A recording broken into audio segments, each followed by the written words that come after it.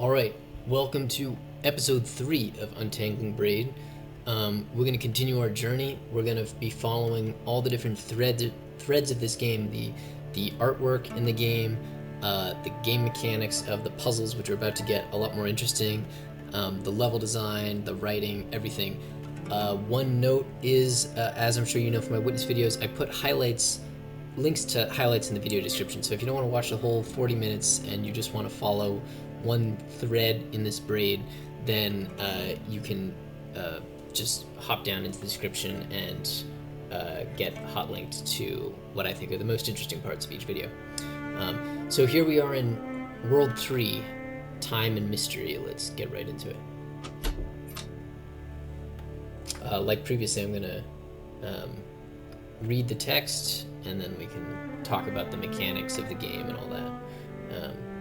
Overall, this is about exceptions to the rule, to the in the previous world, when you held shift, the whole world played back, but now there's a little bit of magic involved.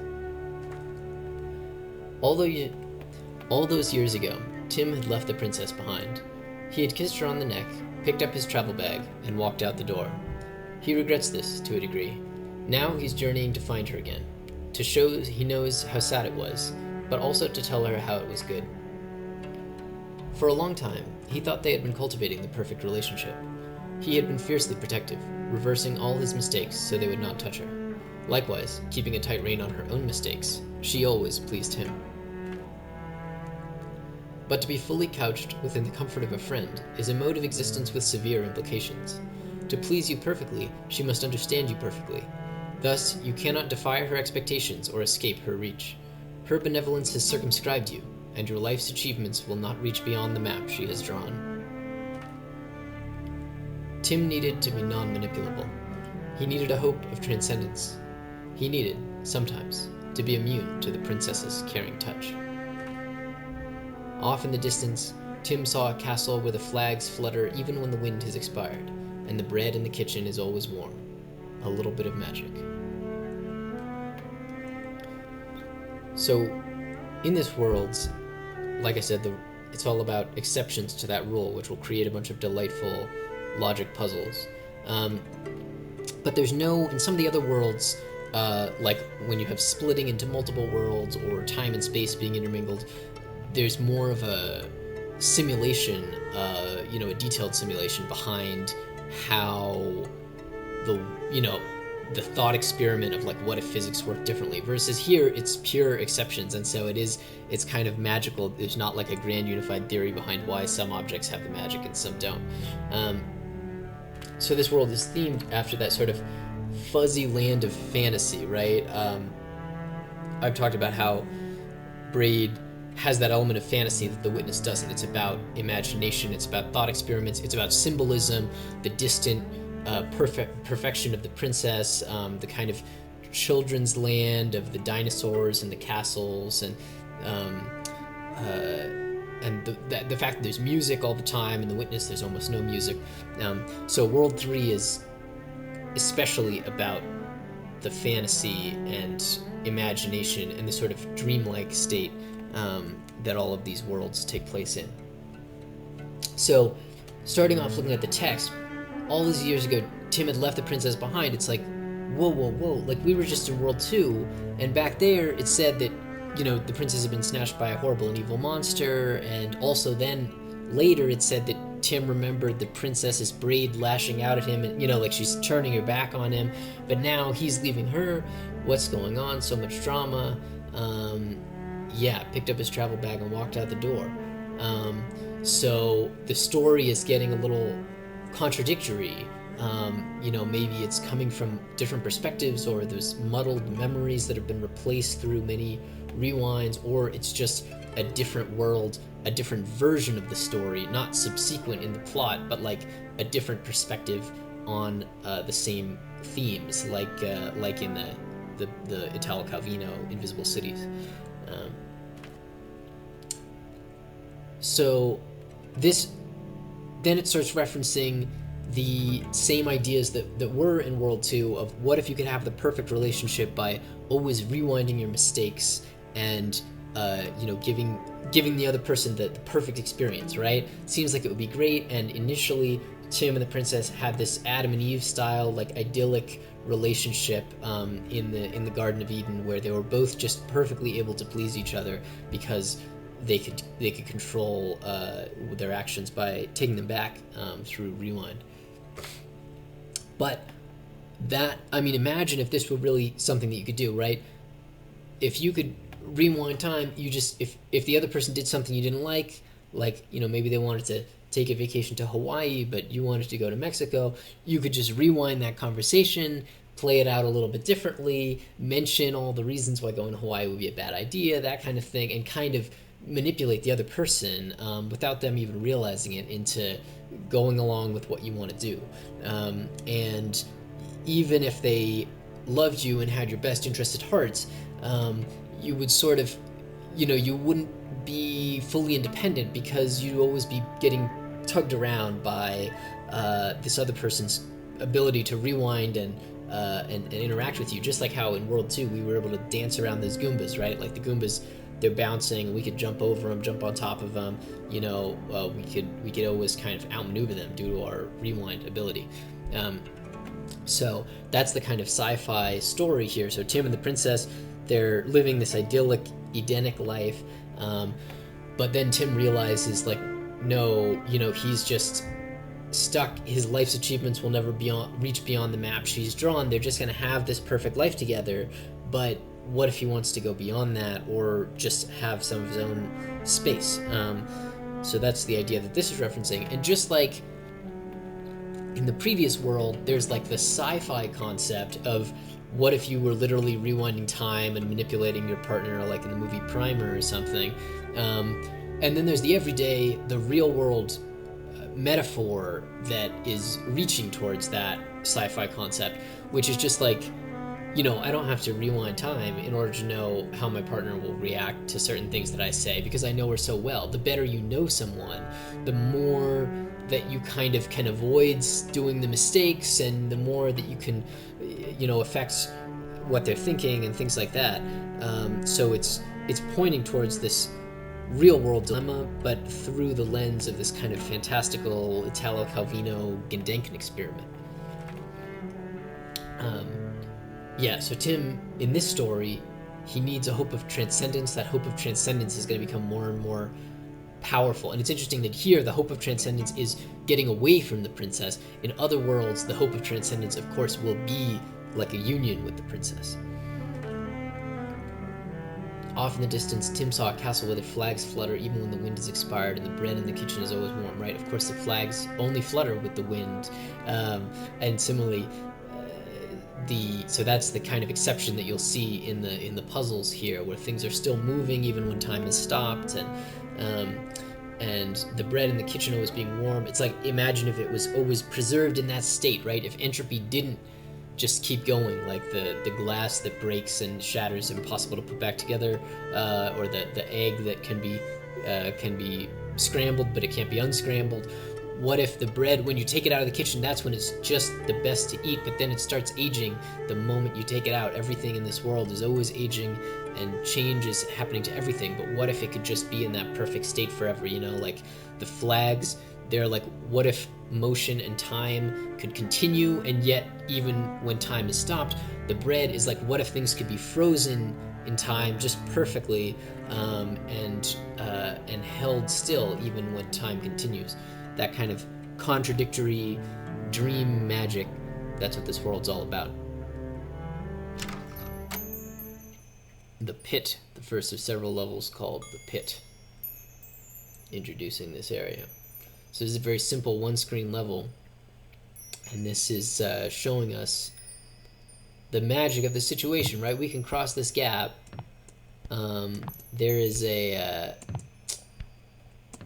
There's a door here, a lock, but of course we can't. If this had been a normal door and not those little magical green sparkles on it, then we'd never be able to get through, because we'd hop down. We could get this key, but then we would just give it up when we came back up, right? We see we rewind. The Goomba is carrying that key backwards, but because it is a magical key, we it'll it's it can come with us. It's not. We'll keep holding it, even though the Goomba should have grabbed it. See, we're still holding on to it. And now we've brought the key with us up, reversing through time, and yet we still have this key. So there's kind of two layers of time. There's the one that's being rewound as I hit the shift key, you know? And then there's a second layer of time, which is the real game time, in which the key continues to flow forward. So it's these kind of two overlapping, folded over layers of time. That's what's happening here. There we go. Of course, the key breaks when you hit the door. It's one use only. There and back again. So here we've got a scenario. This door is closing fast. I won't have long to access here. The key's all the way up there, and I've got to navigate this perilous Goomba environment. So I can make it up here, grab the key, return down here. This is really the same exact puzzle as the pit, insofar as like the key is in an inaccessible place, and if I come back normally, then I can't make it, so I have to rewind. Except instead of the geometry being the problem, it's the time scale that's the problem. So and instead of me kind of like unconsciously, like in the pit, you just kind of jump down there, then you think, oh, I'm stuck in this hole, let me rewind to get out. Here, I could just be stumped by this, and I have to realize it takes a little bit more intellectual, like, self-consciousness about what's going on to realize that you've got to rewind, and then you'll maintain a hold on the key even before you ever climb the passage, and then you'll still have the key even at the beginning of the level when that door was still lifting up. Now we gotta open.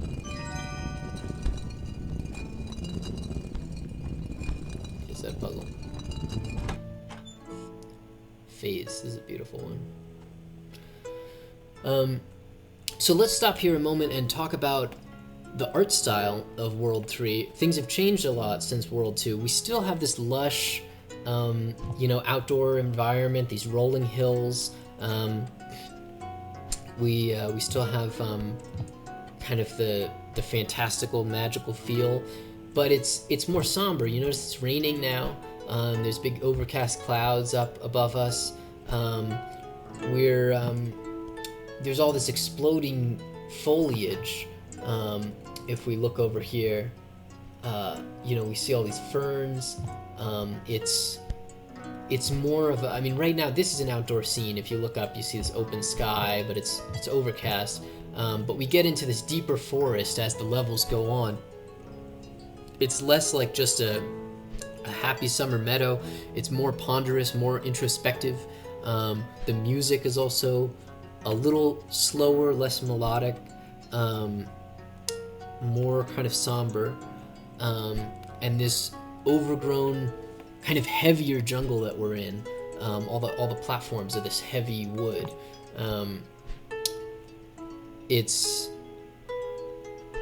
I think it's more introspective, and it's more like a place where you might lose your way. Instead of just frolicking through a meadow, you're kind of going down different paths, peering around the corners. Things are more complex, and of course the player is going to be, I'm going to be navigating through these levels more slowly, because they have these tricky puzzle mechanics now, instead of just kind of straightforward platforming. I also, it's a personal theory of mine. You see, previously we had all these flowers that were, I guess these guys are what, like dandelions? But I think the previous level was clearly summer. It was this bright day up in the mountains, clear air, the sun high in the sky. But now it's like, I think this is spring being depicted. The flora is even more lush. We have this overcast skies and rain coming down. So that's going backwards, of course. World 2 was summer. Now we've gone to the next world, but we've gone to the previous season of spring. So maybe we'll talk a little bit more about the aesthetics of the game as it continues. But for now, it's time for this really lovely puzzle called Phase. So we don't quite have what it takes to make the jump across these clouds, and we might rewind our jump, but then we find, wow, all of a sudden I landed on it, because of course these two clouds, one of them is, some have that magic exception to them, while others are the, while others are just flowing in the typical game time. These clouds have that little bit of magic to them. So we can just hold there, even freezing time, for that cloud to just come right along. Flows like the flags fluttering in the wind, even when the wind has expired.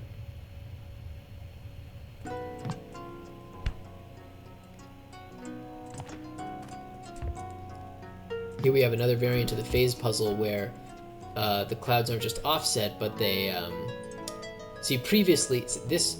Let me show you. I was whipping out some advanced techniques, and that's messing up the pedagogy. So if you get these clouds just right, I think that might be good. Then you can just hop right across.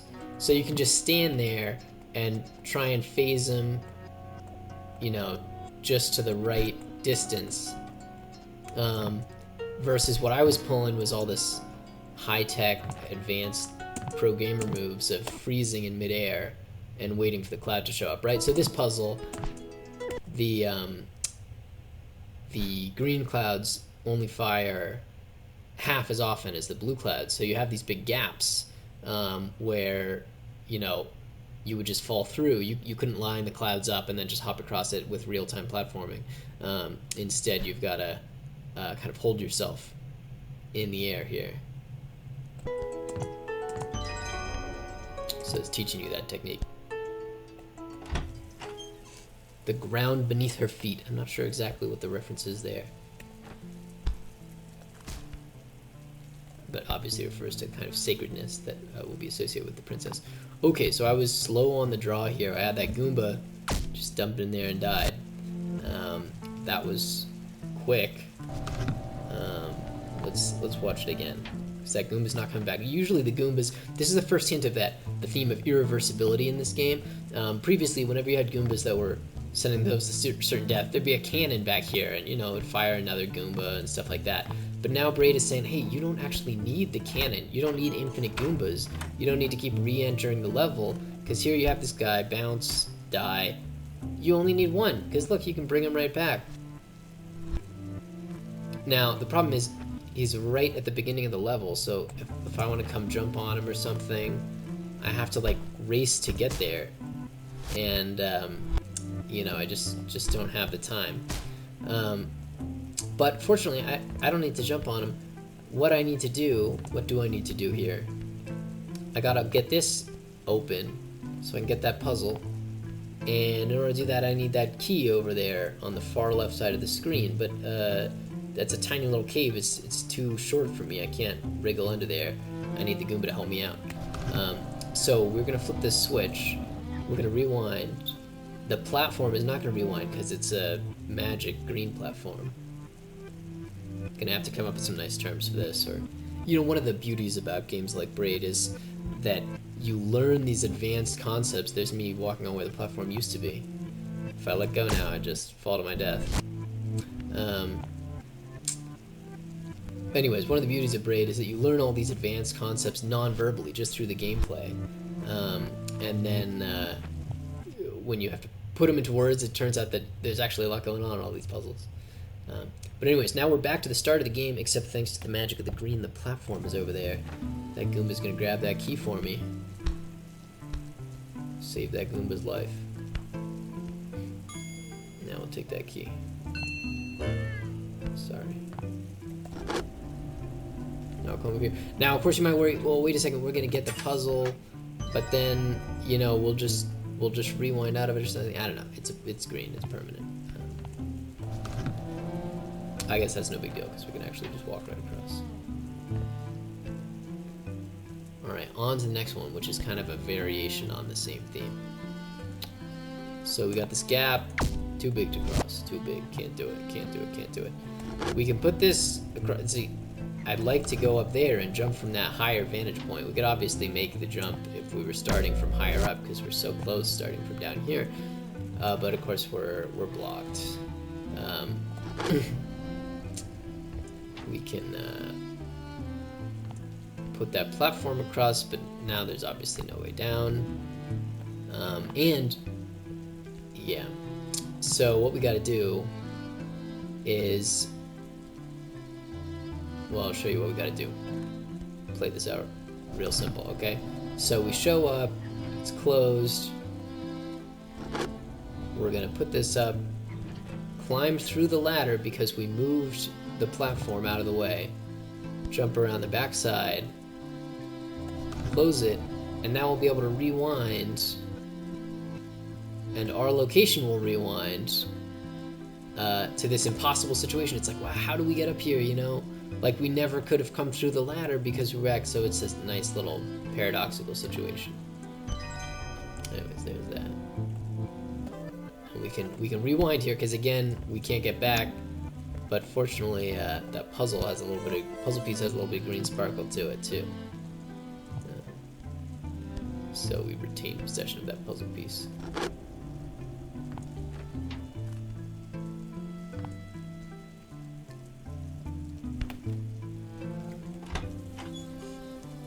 Type channels. Again, like phase, this is gonna rely on phasing the different elements so that everything lines up just right. This is our also first encounter with these accursed bunnies, which are a really hilarious element of Braid. Alright, so we got Goombas getting fired. Got a little bit of green glow on them, but that's not saving them from these fireballs. Our first encounter with the fireballs. And notice from a game design perspective, it shows the Goombas dying to the fireballs before we do, right? I mean, that'd be kind of unfair if we just came into a level and just got whacked right off the bat. So that's kind of nice. Little demo. Oh my god, just out of reach, right? We need that Goomba. So now here's the trick. This guy, we know this phasing trick by now. The fireballs we can rewind. The Goomba's just gonna go on his merry way. So we got this all figured out, except, wait a second, like, now where the hell did he go, you know? He's off there. I was standing over here while I was rewinding. So the trick here, I'm not sure exactly how to explain. So when I'm explaining these puzzles, I'm kind of just stream of consciousnessing and trying to give a little bit of insight behind the answers, trying to basically put the answer into words. That's different from if I was trying to genuinely talk about what the game was teaching the player. I think I'd have to spend a longer time on each puzzle to like put into words the exact concept being taught by each puzzle without kind of going through step by step, like tutorializing the answer. So I hope you guys can forgive me. It would be maybe a shorter and more entertaining video if I was able to do that, but it would just take so much time in preparation. So anyways, the trick is that you've got to be running forward from the spot where you want to be, so that when you rewind the Goomba, you have also rewound Tim to the top of this platform instead of just sitting around down there. Now look at this beautiful forest land that's opening up. Overcast skies up on top. Nothing like a giant herd of totally ridiculous bunnies. One of the purposes of this, I don't know, is just to like teach you the combat, the process of jumping around, getting hit by bunnies. Of course, if you rewind too much, then you bring them back. So, anyways, just a little bit teaching the player some nimble platforming. Oh my god, I'm gonna get more bunnies. Yeah, here they all come. But unfortunately, oh, wept. Gotta hop over these.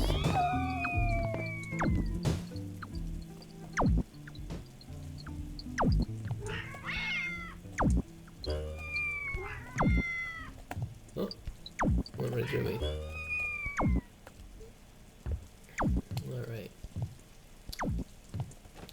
So we were just running past these, jumping over them with the bunnies. A nice little action scene there in Braid. Now we've got an obvious situation. We got to go up here, you know, run down to that ladder, climb up that ladder, and get the puzzle. But of course we can't do it because these dang meteors are so fast. But this is another phasing trick where we're gonna try and separate the green and the ordinary meteors. Maybe we can just hold them in place. Boom, there we go. Now note that just like the earlier phase with the two clouds, we have the regular ones are coming twice as often as the green ones. So this mechanic is, this puzzle is already referencing the earlier puzzle in the level called Phase, except that this time instead of helpful platforms, we've got these deadly fireballs here. But now that every other one is being matched with a green fireball, we have enough space to make it through.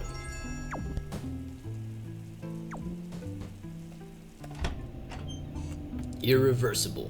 So we've seen a little bit of some elements of irreversibility so far, but this is really one of them.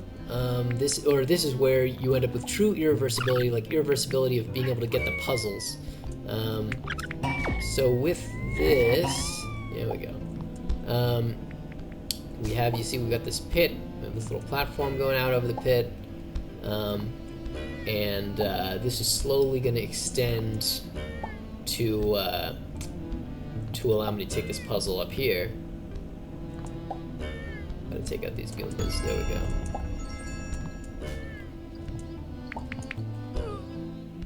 Now, what's so irreversible about that? You see that that platform right above me is still going up, sliding up there. Now it's slid in place. Those platforms are in a kind of competition.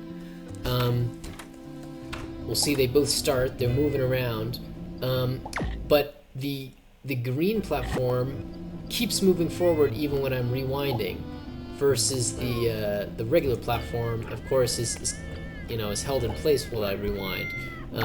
So this area has this limited ceiling, so you can't jump very well. It's got spikes back here. There's bunnies going after you. It's all kinds of chaos. And as a new player, you probably get hit by one of those bunnies. And if you spend too long rewinding, then look at that. The green platform makes it higher up and blocks the ordinary platform, and then you just have the spike pit. There'd be no way to get the puzzle. So that's the explanation for the bunny attack. And our first theme of irreversibility. Of course, if this happens, it's not truly irreversible. You just gotta exit it into the level, and everything's reset. So let's go forth. It's kind of a funny situation. We got this. Here's another bit of irreversibility right here, or at least kind of a funny joke. The rabbit comes and sits on top of the platform. So you can go down here, solve this whole puzzle, and then only to learn that you're like totally screwed by this rabbit up here. In a way that might be game breaking, because you could like expire. Yeah, so okay. Let's do the first level of this. Here's our little key. Gonna use the key on this lock. It's like, oh, we need another key, but that's okay. See, the key rewinds, but the lock is magical, so it won't rewind. Here, they're both ordinary, so we get our key back, and the lock undoes. So anyways, we get this puzzle, but totally screwed by this bunny. Oh, I guess you can fake it off there, but if you're not an experienced player, you might end up just feeling like I have to restart because of this. It's all these themes of irreversibility. I like how there's these general mounds here suggesting like this is an anthill or a lair, or maybe a lair of the bunnies. Yeah. So now what do we got? A key. But we can only this is irreversible in a bunch of ways. I don't want to bore you guys by going through all of the different permutations here, but basically we have an ordinary rewindable key here. These kind of key and lock games are going to become a staple of Braid. Have an ordinary key can be used against the ordinary door. The sort of green glowing doors, you get them for free because you can use the ordinary key and then rewind. But what's real tricky are green glowing keys, right? Because think about it, then the key is fragile, but you might just rewind the door back to being closed. Here, so we jump down this long passageway, and down here with all this treasure, we find, which also looks like one of those environmental paths in The Witness, we find this this little green key. Oh. See, the key stays there. We don't grab it back when we die, because it just continues forward.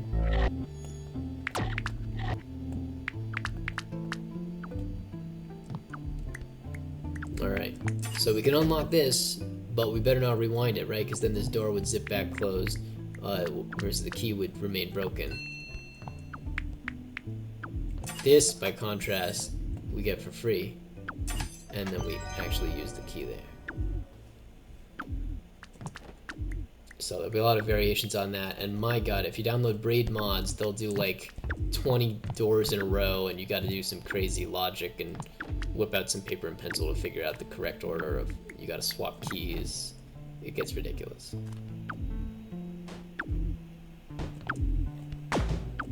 By the way, there are mods for Braid, and I myself have made one called Braid More Now Than Ever. We're gonna go through that right after we go through this series on Jonathan Blow's original. Then we're gonna talk about my mod, but we'll see if we get there. More bunnies, man. I mean, this is just kind of funny. Like, you get to the very end of the level, and then just like die to a bunny hiding there in the form of a flower. Eventually, you start getting paranoid about all flowers in the game. Let's see if we can put together a little bit of this art. We've got wine, the return of that theme of wine.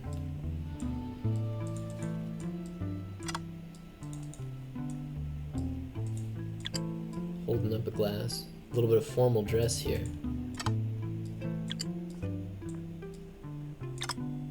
Formal dinner plates. There's our Tim. But we're gonna need a few more pieces to really get the whole picture.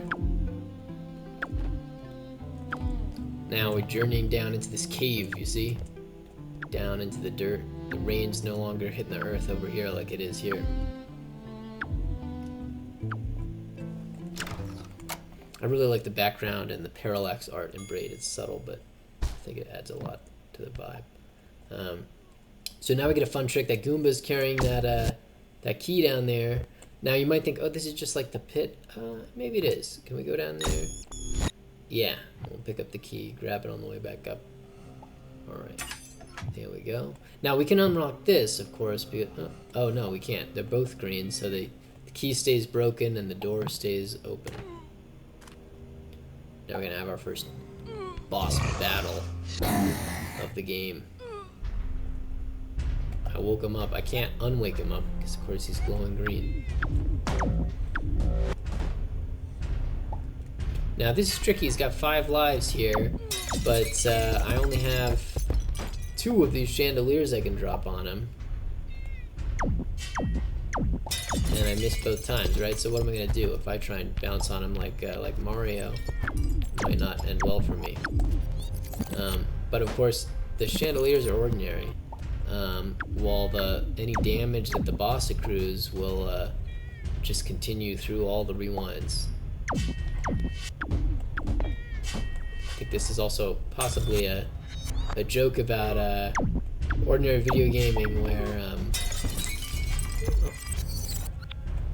where the player really gets infinite tries. So the boss looks nice and menacing, but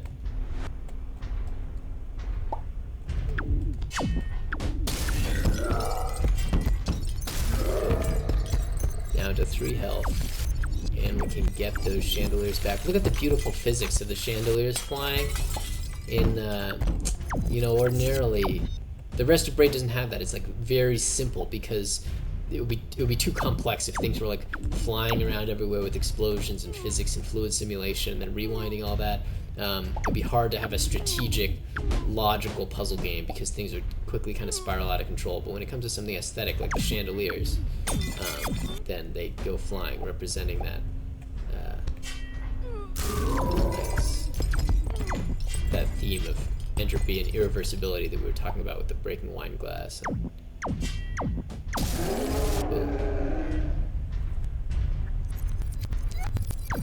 You notice that he'll also, even if we're rewinding at great speed, he's still walking back and forth at ordinary speed. That's the power of those that magic green. Oh, come on, come on.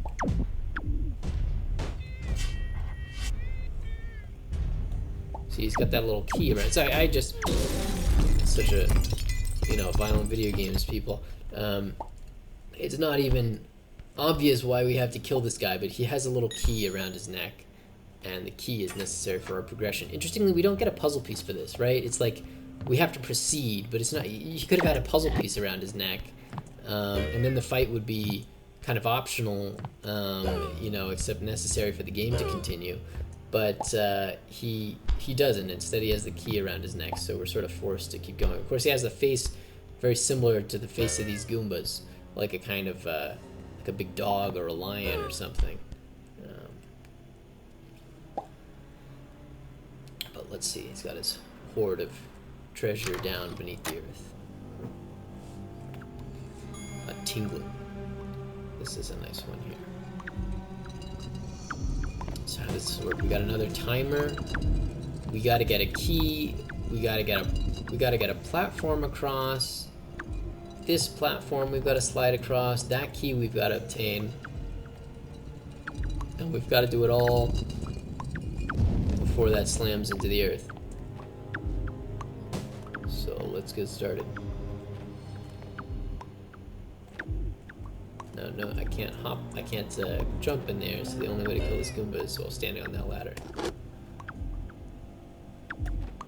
We'll see.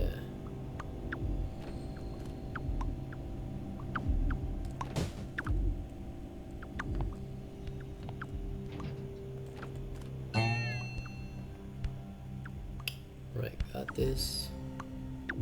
Now, how's this gonna work? So I had to climb up here, go do this little S-shaped zigzag, and transfer this platform across, and then run all the way over here and get the key and come back. Now, if I rewind all the way to the beginning of the level, I lose the key, but I don't lose the platform because the platform is green. So at least I can save half of my journey, and I can waste less time hopping around, and then I suppose I can just try and race as fast as I can to get that key, and we'll hope that we make it in time. Alright, gonna do a loop.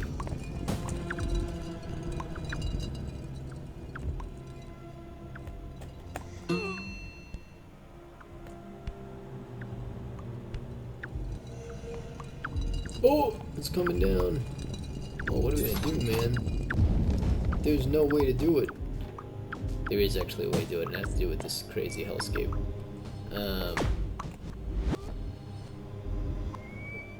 So that key isn't necessary for us to really get the puzzle, right? It's just necessary for us to get into this half of the level. What we really need is a way to get to that puzzle piece without doing that whole loop around the screen on the left-hand side of the stage. For that, we're gonna need a very, very special platform down here. Oi, oi, oi. This is, of course, made deliberately difficult to traverse. Alright, we're gonna raise that platform. How are we gonna get back? Do we have any such way? We're just gonna rewind our way back, and the platform's gonna stay. Alright. Now look at that. This isn't your ordinary green tingling platform. It's it's turning us green. It's lending us its exceptional ability. So now if we rewind, instead of hopping over to that lever and then climbing and traversing that whole area, and going back to the entry door, we can rewind all the way back to the beginning of the level, and we're just standing here this whole time, and we can start the level now in a totally different place than where we actually entered. There's that door on the extreme left-hand side of the screen pulling up, giving us the path to our puzzle piece. And now we've gone as far back as possible to go. The very first moment that we entered the level through the door at the beginning, and now we've just got to race over there. But instead of lapping the screen like 1.5 times, we only have to go around the screen maybe 3/4. So we should have plenty of time, unless we die like that.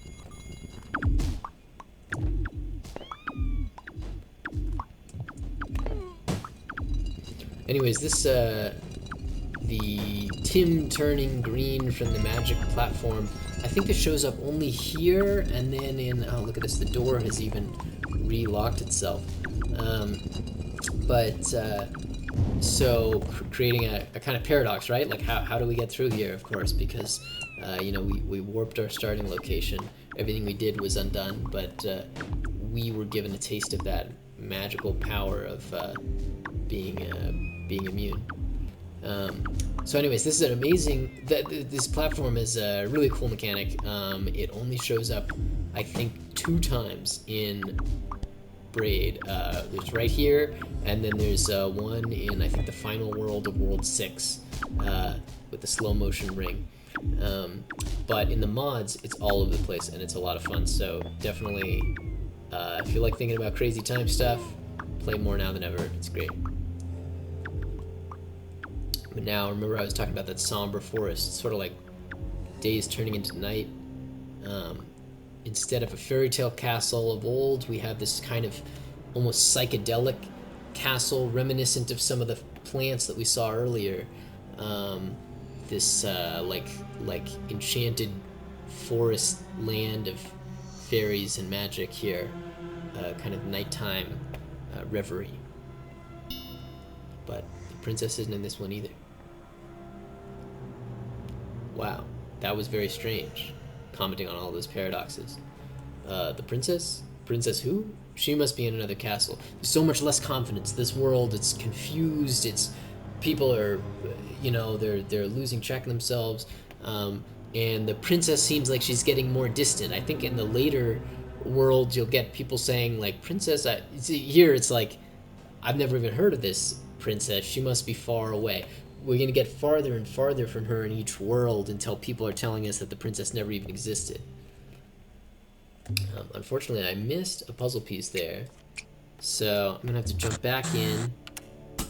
You'll see we have our option of 2 worlds going forward, and we don't even see, this is the thing, we're going to be going through and finishing the puzzles in order, but like how I talked about in the World 2 video, that's not necessary. You can just run through the bottom screen of every game, ignore all the puzzles, and unlock all these worlds. So I'm presenting this like this is kind of lockstep, like first you do World 2, then you do World 3, and you understand all these themes. But the real new player's experience is like they're going to skip a bunch of the puzzles because they just can't figure them out at that particular moment. They want to see more of the game, and you're going to encounter all these worlds for the first time and get a sense of them, and then you're going to have to return and slowly build up by layers and understanding a deeper understanding of the mechanics, going from just like, oh wow, like that's some crazy shit happening, through to like, oh yeah, I guess it's not affected by the rewind or something, through to like, I know exactly how to predict this because I totally grasped the mechanic.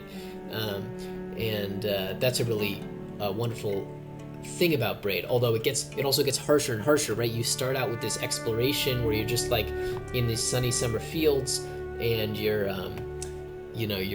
just kind of prancing through all the levels, enjoying the music and the art. By the end, you're down to like those last 2 puzzles that you just can't for the life if you figure out. You're like staring at the level screen for like an hour. You're trying different things, very kind of scientifically like exploring and trying to figure out the limits of each level. So it's there's a kind of progression of the experience of the game, which goes from lighthearted to like really kind of serious and focusing on these niche things, as opposed to like trying to barrel down and really get the clue that's going to unlock that last puzzle for you, where the game starts with this kind of wide area awareness of the music and art and everything swirled together. That's kind of, I think, an analogy for the process of science, and is just an inevitable aspect of game design, especially puzzle game design. So we'll talk about that later, but right now we're going to have to live a little bit of that by going and grabbing this last puzzle. Fortunately, the stages of the game are accessible through each one of these doors. So this is another interesting one. I think this is the first, this is that platform again, right? How are we gonna get up to that platform? Well, it would be really nice if the platform was like right here, because then we could just hop right on and right onto the ladder. But the platform is not right there, and you know the rewinding will not do anything. So we can't just like rewind and freeze it in place. You know, we stop time, it's still cruising across. So what we have actually got to do, and this is a very tricky kind of thing to realize. We've got to come over here. We don't actually need the key at all. We're gonna end up holding this key, but we don't need it. Ooh, you know, see, I just wish that I could just bounce onto the platform and climb to that ladder, but I've got to pull that lever, get that platform headed over here, and then run back, right? So it's like, oh, let me run over here, pull the lever, and then come right back and get on it. But of course, there won't be enough time for that. Even rewinding, it'll take just as long as running, right? Because it's just forward and backward. It's all the same speed, except that actually we do have these rewind controls. We can rewind at accelerated speed, which basically means we can run 8 times as fast, as long as we don't mind doing it backwards in time. So let me give myself I'm gonna do a nice run over. Then I'll flip the lever, and then zip back there at 8 times speed,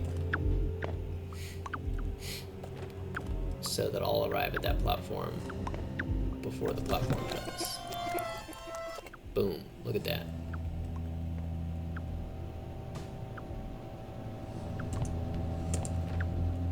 And now I got a puzzle. Alright. I'm gonna exit the current world. And exit the clouds. So now we can look at our painting. This is a little bit of a simpler painting than previously, but once again we have Tim, different color hair. It's a different Tim in every picture, I think representing the idea that he's kind of a archetype, or you know, he's a character that you're supposed to imagine yourself in. Outside we have those shining kind of like overcast, like sun through the clouds, a spring day, the curtains are blowing, a little bit of magic is coming in. They're in this very formal dinner, right? Like down at the bottom of the screen, things are very formal, and but there's this little bit of magic blowing in from the nature outside, right? Like beckoning. And there's all these people in their suits and things, but they're getting ready to take their first drink. They haven't been served yet. It's just the beginning of the dinner. They're taking their first drink of wine. And wine is also that little bit of magic, right? It's intoxication. It makes you feel like the world has become gentler, or you know, like more things are possible. It kind of transforms the world to drink. So he's raising it kind of ritualistically in this toast. The princess is also here. We have this lady's arm coming from offside. She's even more off screen than she was in the original painting, but she's here. Like maybe they'll first meet, right? He'll take a drink and then they'll end up holding hands or something. And here too, just like how the season of the game was spring, which is earlier than the season of summer in the previous land, we see here he's at the dinner. He's got his jacket on and everything. He's first starting the wine, maybe first meeting the princess here, and then here they've finished the wine, and you know, they've gone outside to this beckoning, the romance and the magic that's blowing through the window there, the flags fluttering in the even when the wind has expired. I wanted to note, yeah, I mean, just the symbolism of wine is interesting because it also shows up in The Witness. So here we have this rich glass of red wine. Here it's empty. If you look really closely at the glass, it actually almost looks like it's full. Like, oh, maybe it's white wine this time. Or maybe it is full of white wine. You see, she's drinking, and it's got a little bit of a surface there. But I always interpreted this as an empty, like the last glass, or it almost looks like a reflection of the mountains. You see the kind of jagged, like mountainside here, and that puts me in a mood of that Feynman audio log that shows up in The Witness, talking about seeing the world in a glass of wine, which seems like an appropriate quote. So maybe we'll take an interlude to that for a moment.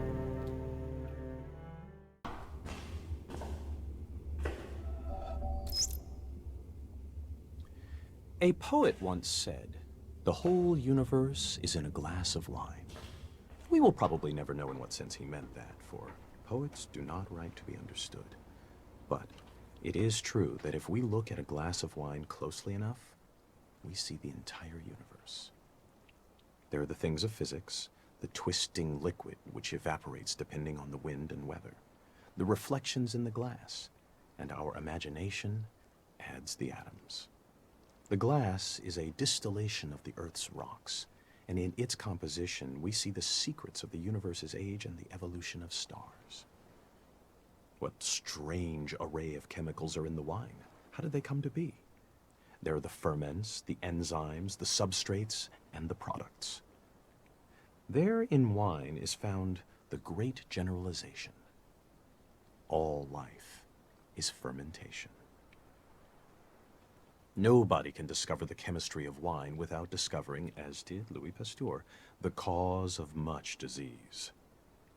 How vivid is the claret, pressing its existence into the consciousness that watches it. If our small minds, for some convenience, divide this glass of wine, this universe, into parts, physics, biology, geology, astronomy, psychology, and so on, remember that nature does not know it. So let us put it all back together, not forgetting ultimately what it is for. Let it give us one more final pleasure. Drink it and forget it all. Richard Feynman, 1963. So anyways, that's the wine symbolism, such as it is. But there's a lot of symbolism in Braid. It's such a rich game with all these kind of turbulent feelings and emotions. The Witness is more about clarity. It's about meditative consciousness versus third-person scientific knowledge. Both of those are a world away from like turbulence and drama, breakups, and conflicted feelings and relationships and things. But Braid is all about this stuff. So some more symbolism of the objects in the room, right? We have a bed. Sleep is like drunkenness. It's kind of a land of dreams, of imagery, of nonsense, of magic. We have this kind of more somber, warm lighting as opposed to this bright lighting up here of the other rooms. We have these little toys like the dinosaur, a kite, a teddy bear, a ship in a bottle is like a famous kind of whimsical thing, like imagining the little ship. And then up top we can see a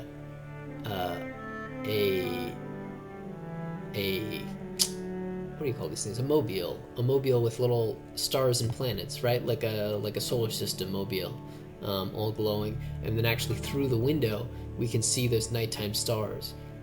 So we have kind of stars as kind of a symbol of magic, and then the mobile. If you look closely at the pattern of those stars, I think you will notice that it's a similar kind of arc to the Andromeda constellation out here. Let me just check that that's true. It's hard to say, but that may have been part of the intention. But anyways, that about wraps it up for World 3. Tune in next time for World 4, probably everybody's favorite world in Braid, where time and space are intermingled. Yeah, I can't wait to keep unraveling these threads together with you. Thanks for tuning in. This is Untangling Braid.